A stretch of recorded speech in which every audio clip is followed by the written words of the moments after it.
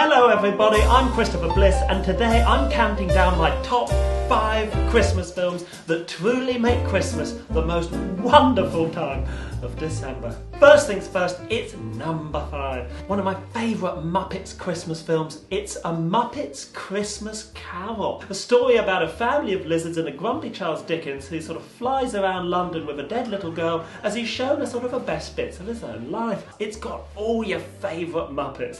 Dog, pig, rat. Silly number 4, It's a Wonderful Life. The story of a man who's so fed up with his horrible family and ugly son, but he wants to jump off a bridge and just swim away, only to be stopped by a local fairy.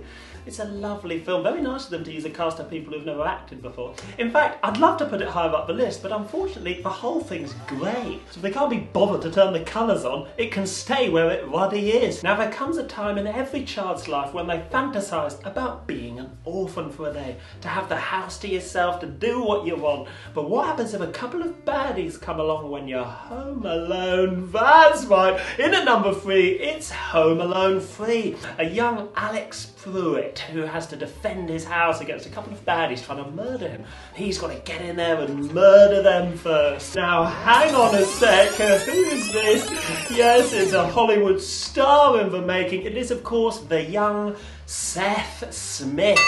This is before his career-defining role in Robin Williams' film Jack, in which he plays the boy who won't stop turning around. In at number 2, it's a children's film. It's been recommended to me loads of times. I thought I'd watch it, and it's called Frozen. Lovely film about an ice princess who discovers she has a fun magical power where she can turn things into ice with her hands.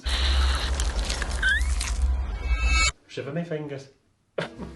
In fact, it was such a good kids film that it was rated 15 out of 10. Now at this time of year it's important we remember the true meaning of Christmas, which is why in at number 1 it's the Passion of the Christ. One man's journey to save the first ever Christmas. Set in a fictional land before hairbrushes or even manners were invented, Jesus does all he can to deliver the first ever Christmas tree right to the top of Mount Christmas. So there we go.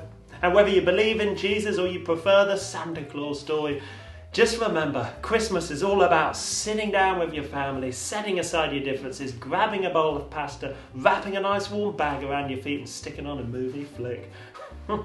Merry Christmas, everyone. Merry Christopher Blissmas.